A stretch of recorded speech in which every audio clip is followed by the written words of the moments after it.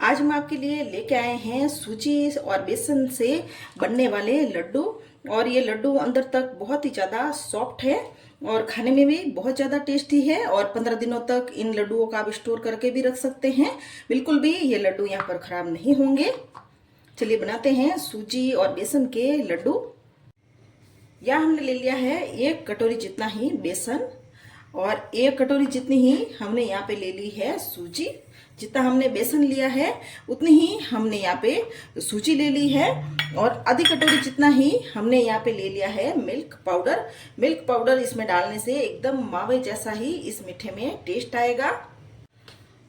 अब इन तीन चीज़ों को हम यहाँ पर अच्छे से मिक्स कर लेते हैं। मिल्क पाउडर आप जरूर से इसमें डालें, अगर नहीं है तो इसकी जगह आप इसमें दूध भी डाल सकते हैं। मिल्क पाउडर डालने से लड्डू में बहुत अच्छा यहाँ पर टेस्ट आएगा। और सारी चीज़ों को हमने यहाँ पर अच्छे से मिक्स कर लिया है। अब इस मिक्सर में हम यहाँ पर डाल देंगे घी। या मैं 4 छोटा चम्मच जितना ही देसी घी डाल रही हूँ। इसमें रिफाइंड ऑयल बिल्कुल भी यहाँ पर नहीं डालना है, बस 4 छोटे चम्मच जितना ही हमें यहाँ पर देसी घी ही डालना है। और देसी घी डालने के बाद या हम चम्मच को निकालेंगे बाहर और हाथ से इस सारे मिक्सर को हम मिक्स करेंगे। और घी का अच्छे से मोयन इस मिक्सर में या हम लगाएंगे। हाथों से मसल कर इस तरह से मोयन हमने अच्छे से लगा लिया है। और आप देख सकते हो कितना अच्छा सा इस मिक्सर का कलर आया है और एकदम दानेदार ये मिक्सर यहाँ पर बना है। इस तरह से आप लड्डू बनाकर खाएंगे तो आपको बहुत ज़्यादा इसमें टेस्ट आएगा। अब हम थोड़ा थोड़ा सा इसमें पानी डालेंगे और इस सारे मिक्सर का एक हम डो बना लेते हैं। थोड़ा सा पानी इसमें हम और डाल देते हैं। एकदम से इसमें ज़्यादा पानी नहीं डालना है, नहीं तो एकदम से ये मिक्सर यहाँ पर गीला हो सकता है। या हमने सारे मिक्सर का एक डो बना लिया है। अब ढककर हम 15 मिनट के लिए इसे छोड़ देते हैं, जिससे कि हमने जो इसमें सूजी डाली है वो फूल जाए। 15 मिनट के बाद इस डो को हम यहाँ पर वापस देख लेते हैं और अच्छे से एक बार हम यहाँ पर इसको मिक्स कर लेते हैं। पूरे आटे को गूंथ कर हमने यहाँ पर इस मिक्सर की एक लोई बना ली है। अब इसके नीचे हम यहाँ पर डालेंगे थोड़ा सी सूजी। और अब इस मिक्सर को हम यहाँ पर इस लोई को बेल देते हैं इस तरह से, बिल्कुल हल्के हाथ से। इस लोई को हमने यहाँ पे बेल लिया है। जो इसके कॉर्नर फट गए हैं उसे हम हाथ से ऐसे कर लेंगे। इस तरह से फटे हुए कॉर्नर को बंद कर लेंगे। अब इस बेली हुई रोटी को यहाँ पर हम तवे पर डाल देते हैं। या मैंने ले लिया है लोहे का तवा और गैस को यहाँ मैंने ऑन कर लिया है।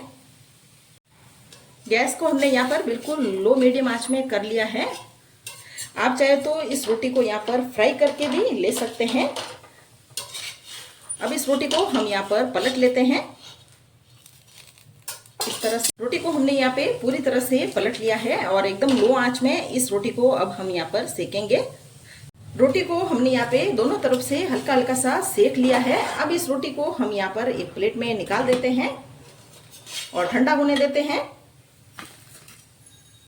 रोटी को हम यहाँ पर हाथ से इस तरह से तोड़ लेंगे गरम गरम को ही, जिससे कि रोटी यहाँ पर जल्दी से ठंडी हो जाए। रोटी यहाँ पर अच्छी तरह से ठंडी हो गई है। तो यहाँ हमने ले लिया है बड़े वाला मिक्सर का जार। इस मिक्सर जार में हम डालेंगे इस रोटी को और यहाँ पर हम पीस लेते हैं। यहाँ हमने इस सारे मिक्सर को पीस लिया है बारीक और बाहर निकाल देते हैं एक प्लेट में। अब हम बनाएंगे चाशनी।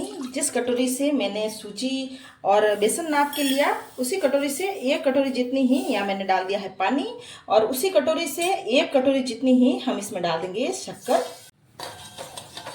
अब यहाँ पर हमने गैस को मीडियम आंच में कर लिया है और शक्कर घुलने तक इसमें 3-4 बार हम चम्मच चलाएंगे और हम चाशनी बनाएंगे। इस मिक्सर को हमें यहाँ पर ऐसा दरदरा ही पीसना है, ज़्यादा फाइन नहीं हमें पीसना है। और सारे मिक्सर को पीसने के बाद आप चाहे तो इसको छान कर भी ले सकते हैं, ताकि इसमें कोई मोटे दाने हो तो वो निकल जाएंगे। अब इस मिक्सर को हम यहाँ पर छान लेते हैं।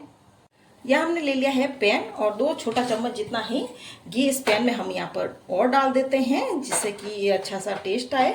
घी हमने ज़्यादा नहीं डाला है, बहुत कम घी में ही ये लड्डू बना रहे हैं। और यहाँ हमने जो ये मिक्सर पीस के रखा था उस पूरे मिक्सर को इसमें हम डाल देते हैं और मिक्सर को हमने यहाँ पे छान भी लिया था। इस मिक्सर को डालने के बाद एकदम लो आंच में 5 मिनट के लिए इस मिक्सर को हम यहाँ पर फिर से भून लेते हैं, जिससे कि जो भी कच्चापन होगा इसमें निकल जाएगा और मिक्सर यहाँ पर अच्छे से भुन भी जाएगा। सारा मिक्सर यहाँ पर अच्छे से भुन गया है। बस ऐसा हल्का सा ही भुनना है, ज़्यादा हमें यहाँ पर कलर चेंज नहीं करना है। इस तरह से भुनने से जो भी कच्चापन होगा इस मिक्सर में वो निकल जाता है। चाशनी भी यहाँ पर अच्छे से बन गई है। हमें यहाँ पर कोई एक तार वाली चाशनी नहीं बनानी है, बस ऐसी चिपचिपी ही चाशनी बनानी है। अगर हमने एक तार वाली चाशनी यहाँ पर बना ली है तो लड्डू यहाँ पर कड़क भी हो सकते हैं। और चाशनी बन गई है तो अब गैस को बंद कर देते हैं। अब इस मिक्सर में हम यहाँ पर डालेंगे चाशनी। गैस को हमने यहाँ पर बंद कर लेना है और चाशनी को हम यहाँ पर लगातार ऐसे चलाएंगे, जिससे कि चाशनी अच्छे से मिक्स हो जाए।